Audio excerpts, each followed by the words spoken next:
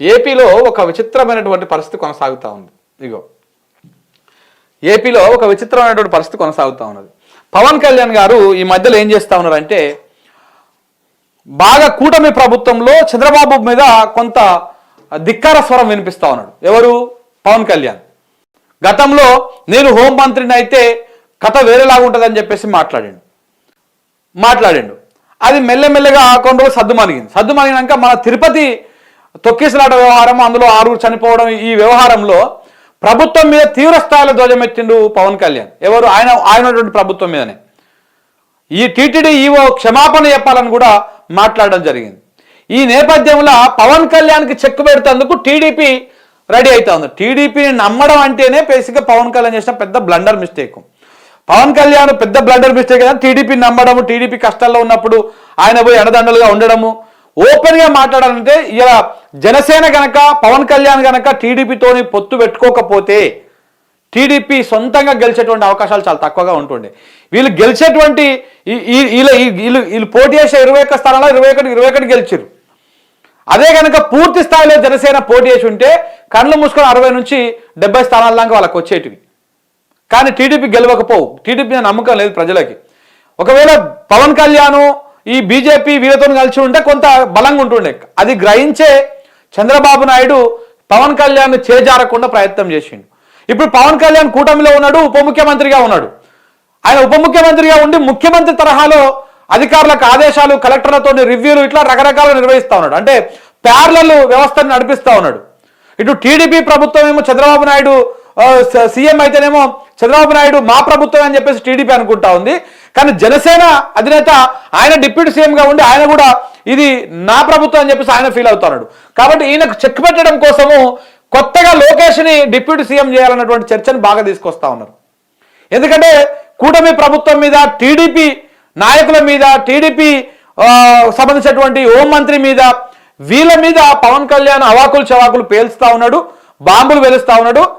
దీంతో నేను తీసుకోవాల్సి వస్తుంది హోంశాఖ అని చెప్పేసి ఆయన మాట్లాడుతూ ఉన్నాడు.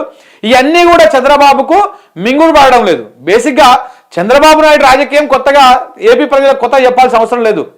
అలా పార్టీ పెట్టేటువంటి మావ నుంచి పార్టీని ఏ విధంగా తీసుకొని రాజకీయంగా ఎట్లా వచ్చిండు, ఏ విధంగా వెన్నుపోటు రాజకీయము, హోటల్ రాజకీయాలు, ఎమ్మెల్యేల కొనుగోలు రాజకీయాలు, వీటిని మీడియా మేనేజ్మెంట్, ఇవన్నీ కూడా చంద్రబాబు నాయుడికి వెనతను పెట్టేటువంటి విద్య.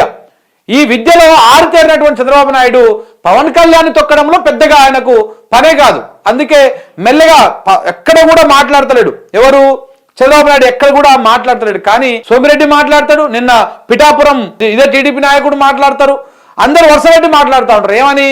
లోకేష్ బాబుని డిప్యూటీ సీఎం చేయాలి, లోకేష్ బాబుని డిప్యూటీ సీఎం చేయాలి అని చెప్పేసి మాట్లాడుతూ ఉంటారు. ఇప్పుడు ఇదంతా దేనికోసము? జనసేన బయటికి వెళ్ళిపోయినా, బీజేపీ బయటికి వెళ్ళిపోయినా, ఇండివిజువల్గా పార్టీని అది ప్రభుత్వాన్ని నడిపించుకున్నటువంటి మ్యాజిక్ ఫిగరు, ప్రభుత్వానికి కావాల్సినటువంటి మ్యాజిక్ ఫిగరు టీడీపీకి ఉన్నది ఇప్పుడు. సో కాబట్టి వీళ్ళు లేకపోయినా కానీ నడుస్తుంది అన్నటువంటి భావనలో చంద్రబాబు నాయుడు ఉండొచ్చు. ఇంకా 1 సంవత్సరం 2 సంవత్సరాలు మొన్ననే చెప్పాను నేను, కూటమి ప్రభుత్వం 5 ఏళ్ల పాటు కొనసాగదు. కూటమి ప్రభుత్వం 2-2.5 సంవత్సరాల తర్వాత విచ్ఛిన్నం అవుతుంది. టీడీపీ మాత్రమే ప్రభుత్వాన్ని నడిపిస్తుంది. బీజేపీ జనసేనలు బయటకు వస్తాయి. కావాలంటే ఇద్దరు పొత్తు పెట్టుకొని ప్రతిపక్షంగా కొట్లాడతారు. జగన్ ఫెయిల్ అయిపోయిండు, అందుకే మేము ప్రతిపక్ష పాత్ర పోషిస్తేందుకు బయటకు వస్తున్నాను ఒక డ్రామా చెప్తారు వీళ్ళు. ఒకటి ఇది క్రియేట్ చేస్తారని చెప్పేసి నేను మొన్న కూడా రీసెంట్గా కూడా మాట్లాడినా. ఇప్పుడు అదే జరుగుతూ ఉన్నది. ఇప్పుడు పవన్ కళ్యాణ్ని పొమ్మను లేక పొగబెట్టేటట్టుగా ఈయనకు డిప్యూటీ సీఎం ఇవ్వాలి. ఎవరికి? వాళ్ళ నాయన ఎట్లాగో ఇప్పుడు సీఎం, నారా లోకేష్కి డిప్యూటీ సీఎం ఇవ్వాలని చెప్పేసి చర్చ చేస్తూ ఉన్నారు. ఇది వారసత్వ రాజకీయాల గురించి మాట్లాడుతున్న సోకాల్డ్ ఎల్లో బ్యాచే ఇవాళ కొడుకుకు కూడా డిప్యూటీ సీఎం ఇవ్వాలి, ఇంకా 2 రోజులు అయిపోయాక బ్రాహ్మణికి ఇవ్వాలి, ఇంకా 2 రోజులు అయిపోయాక ఇంకా కుటుంబ సభ్యులు అందరికీ ఇవ్వాలి, చంద్రబాబు ఎవరు బాలకృష్ణకి ఇవ్వాలి, ఇట్లాంటివి అన్నీ ఇవ్వాలని చెప్పేసి కూడా చెప్తారు. ఇప్పటికీ చంద్రబాబు నాయుడు సీఎం, కొడుకు మంత్రి, ఆయన అల్లుడు ఎంపీ, బామ్మర్ది ఎమ్మెల్యే, ఇట్లా వాళ్ళ ఇంట్లో 1/2 డజన్ మంది ఇప్పటికే రాజకీయ పదవులలో ఉన్నారు, ప్రభుత్వంలో కీలకంగా కూడా ఉన్నారు. ఇప్పుడు మిగతా వాళ్ళని కూడా చేయాలనేటువంటి ప్రయత్నం చేస్తూ ఉన్నారు. ఇదంతా దేనికోసము? పవన్ కళ్యాణ్కి చెక్కు పెట్టడానికి, పవన్ కళ్యాణ్ని సాగనంపడం కోసం ప్రయత్నాలు చేస్తూ ఉన్నారు.